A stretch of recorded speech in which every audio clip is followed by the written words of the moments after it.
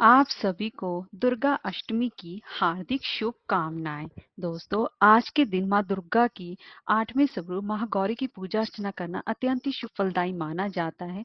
और आज के दिन माँ दुर्गा के स्वरूप कंजक के रूप में माँ का पूजन अर्चन किया जाता है और ऐसा करने से भक्त की सभी मनोकामनाएं पूर्ण होती हैं। और आज के दिन पूजा पाठ करने के साथ साथ दुर्गा सप्तशती का पाठ करने का भी विधान है। आज मैं आपको दुर्गा सप्तशती के 12वें और 13वें अध्याय का पाठ श्रवण करवा रही हूँ। तो चलिए वीडियो शुरू करते हैं। दोस्तों, अगर आपको हमारी वीडियो अच्छी लगी हो तो लाइक और शेयर करें और चैनल को सब्सक्राइब करना ना भूलें और कमेंट बॉक्स में जय माता दी अवश्य लिखिए। तो चलिए वीडियो शुरू करते हैं। दोस्तों, अब तक के 11 अध्याय मेरे चैनल पर अपलोड है, आप वहां पर जाके श्रवण कर सकते हैं। पाठ शुरू करने से पहले हम देवी माँ का ध्यान करते हैं।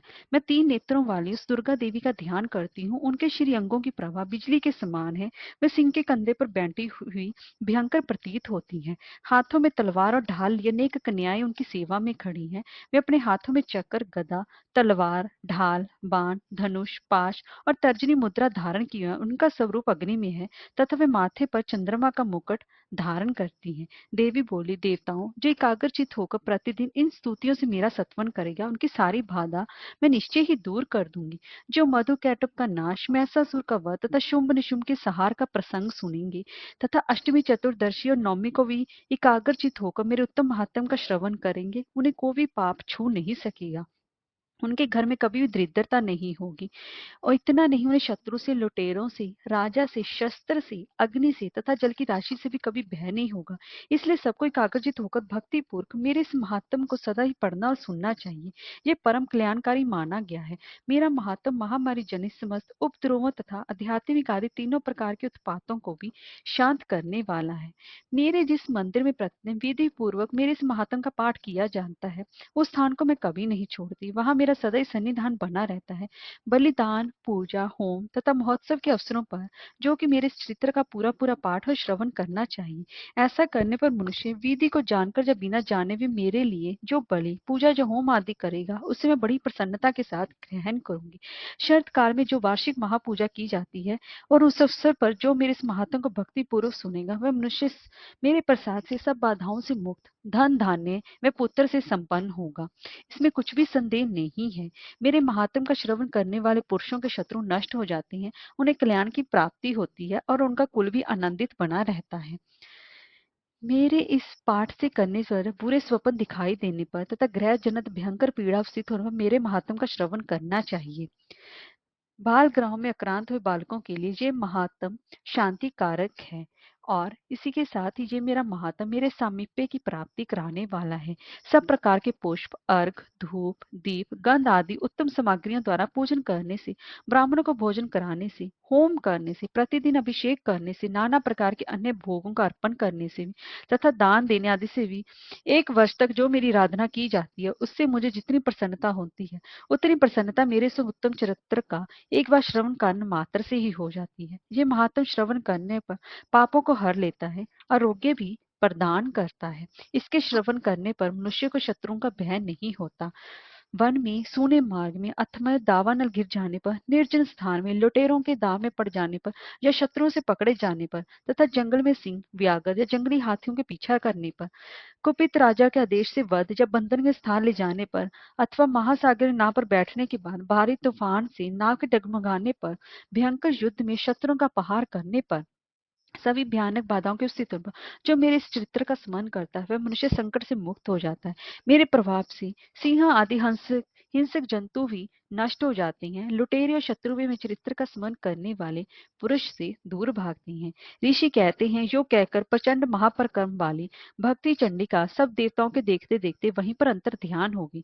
वह समस्त देवता भी शत्रुओं के मारे जाने से निर्भय हो पहले की भांति ही यज्ञ भाग का उपभोग करते हुए अपने अपने अधिकार का पालन करने लगे। संसार का विध्वंस करने वाले महातुल पराक्रमी देव शत्रु शुंभ तथा महाबली निशुंभ भी युद्ध में देवी के द्वारा मारे जाने पर रोष शेष दैत्य भी पाताल लोक में चले गए।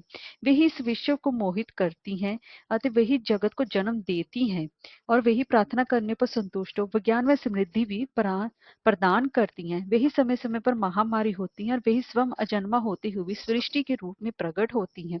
मनुष्य के अभ्युदय के समय वे ये घर में लक्ष्मी के रूप में स्थित हो उन्नति प्रदान करती हैं, तो वही अभाव के समय दरिद्रता बनकर विनाश का कारण भी होती हैं। पुष्प, धूप और गंध आदि से पूजन करके उनकी स्तुति करने पर वे धन, पुत्र, धार्मिक बुद्धि तथा उत्तम गति भी प्रदान करती हैं।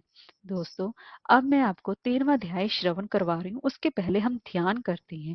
जो उदय काल के सूर्य मंडल की सी भांति धारण करने वाली है, जिनकी 4 भुजाएं व 3 नेत्र हैं, जो अपने हाथों में पाश, अंकुश, वर व अभय की मुद्रा धारण की है, उन शिवा देवी को मैं ध्यान करती हूँ। ऋषि कहते हैं, राजन, इस प्रकार मैंने तुमसे देवी का ये उत्तम महात्म वर्णन किया। जो इसको जगत को धारण करती हैं, वही ऐसा रूप है। भगवान विष्णु की माया रूपा उन भगवती के द्वारा तुम ये वैश्य तथा अनैवेकी जन मोहित होते हैं, तथा आगे भी मोहित होते रहेंगे। आराधना करने पर ही वे ही मनुष्य को भोग, स्वर्ग तथा मोक्ष प्रदान करती हैं। मार्कंडे जी कहते हैं, मेधा मुनि के जो वचन सुनकर राजा सूरथ ने उत्तम व्रत का पालन करने वाले उन महाभाग महर्षि को प्रणाम किया, जो कि अत्यंत ही ममता और राज्य प्राण से बहुत खिन्न हो चुके थे। और वह विरक्त होकर राजा तथा वैश्य तत्काल ही तपस्या को चले गए, और वह जगदम्बा जी के दर्शन के लिए नदी के तट पर रहकर ही तपस्या करने लगी। वह वैश्य उत्तम देवी सूक्त का जाप करते हुए तपस्या में प्रवृत्त हुए। वे दोनों नदी के तट पर देवी की मिट्टी की मूर्ति बनाकर पुष्प, धूप और हवन आदि के द्वारा उनकी आराधना करने लगे।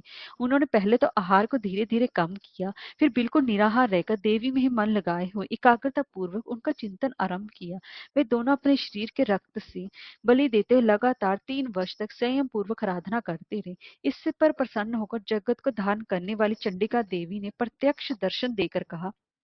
देवी बोली, राजन तथा अपने कुल को नंदित करने वाले वैश्य, तुम लोग जिस वस्तु की अभिलाषा रखते हो वह मुझसे मांगो, मैं तुम्हें वह सब कुछ दूंगी।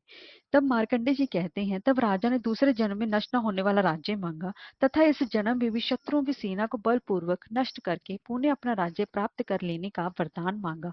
वैश्य का चित्त संसार की ओर से खिन्न व विरक्त हो चुका था, और वे बड़े बुद्धिमान थे। अंत उस समय उन्होंने तो ममता और अहंता रूप आसक्ति का नाश करने वाला ज्ञान मांगा। देवी बोली, राजन, तुम थोड़े दिनों में शत्रुओं को मारकर अपना राज्य प्राप्त कर लोगे। अब वहां तुम्हारा राज्य स्थिर रहेगा। फिर मृत्यु के पश्चात तुम भगवान विष्णु के अंश से जन्म लेकर इस पृथ्वी पर सावर्णी मनु के नाम से विख्यात होगी। वैश्यवर, तुमने भी जिस वर को मुझसे प्राप्त करने की इच्छा की है उसे देती हूँ। तुम्हें मोक्ष के लिए ज्ञान प्राप्त होगा।